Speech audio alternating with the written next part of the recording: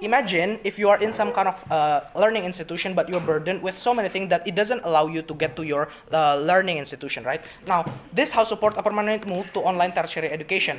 So, permanent here refers to the state of lasting or intended to remain unchanged indefinitely. Now, move means a shifting of a mechanism, in this case from offline to online tertiary education. Online refers to being performed using the internet or other computer networks. In this case, it's a type of learning system that operates from a long distance, so the student doesn't need necessarily to go to the learning institution site. They can use a platform like Zoom, Skype, Classroom, etc., etc. And then tertiary education refers to the education that people is able to get after their high school, that being university, that being learning institute, right, or school, law school, business school, and many other kind of school, and also course. And then after this, I'd like to start with my problem identification stance, and then ultimately my argument and resolution, right? Now, the problem identification behind this, the reason that this motion exists is due to the poor accessibility, the problem of accessibility within the tertiary education itself, the lack of access to the institution side. But at the same time, we live in a world where technology has advanced that in some way we can now talk to the person that we have business with or simply our loved ones without having to move a single inch from our house. So it offers us conveniences, especially in terms of tertiary education. So maybe we have a financial problem or a geographical problem that cannot allow us to go to school, right? Now, the online education system helps us a lot regarding this situation, so that we can just attend our course or our learning process via online system, so we don't have to go to the institutional side. Now, however, it may carry risk. People might say that it carries risk of exploitation, etc., etc. And in the implementation of online education, therefore, now we judge whether we should support this movement of having to move from offline to online tertiary education permanently.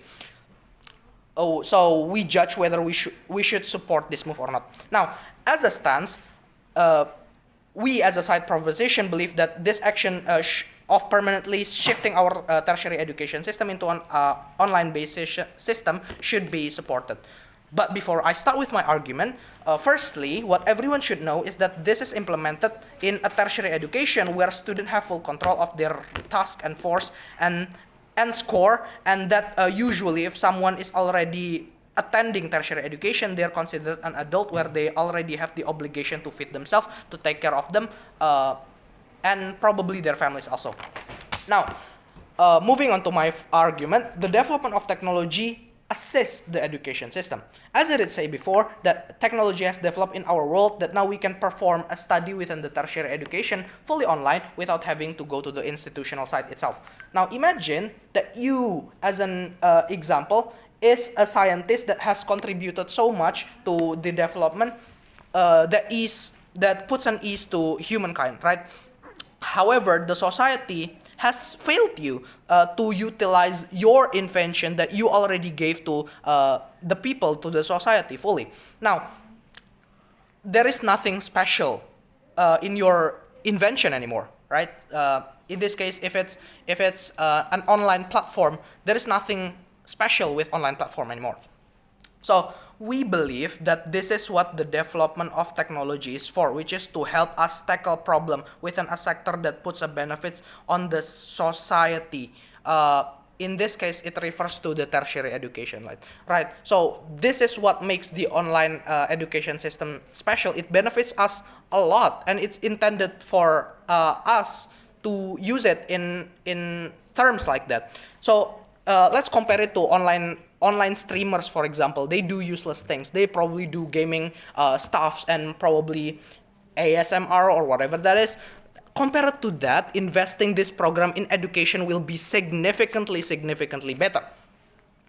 Because in the end, right, we are contributing so much to the society and puts the society in a better situation, because we are helping the students, we are helping people to get their education correct their education. Now, notice how not a lot of people has the flexibility, the long-term flexibility to attend their college. For example, some college student, I've mentioned it before that they are already an adult, right? They have the responsibility, and then we're going to exclude the privileged college student, right? They have the obligation to feed their family, they have the obligation to feed themselves, they also have to pay their apartment rent, etc., etc. And then we've also heard college student that also needs to take care of their families, their siblings, and it is simply difficult for them to pursue their higher educational career like this due to factors such as distance, cost, or another boundaries, etc.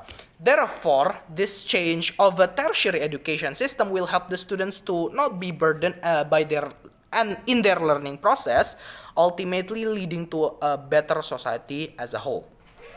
Now, we notice that in this motion itself, it may result in exploitation, and it carries many risks. Now, because of this, the student may also cheat in the learning process because it's done fully online, and the facilitator cannot have a full control of their students, right?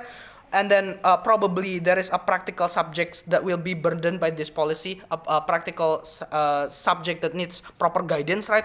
Now, because of this, we should propose a mechanism. Therefore, it will not going to burden them.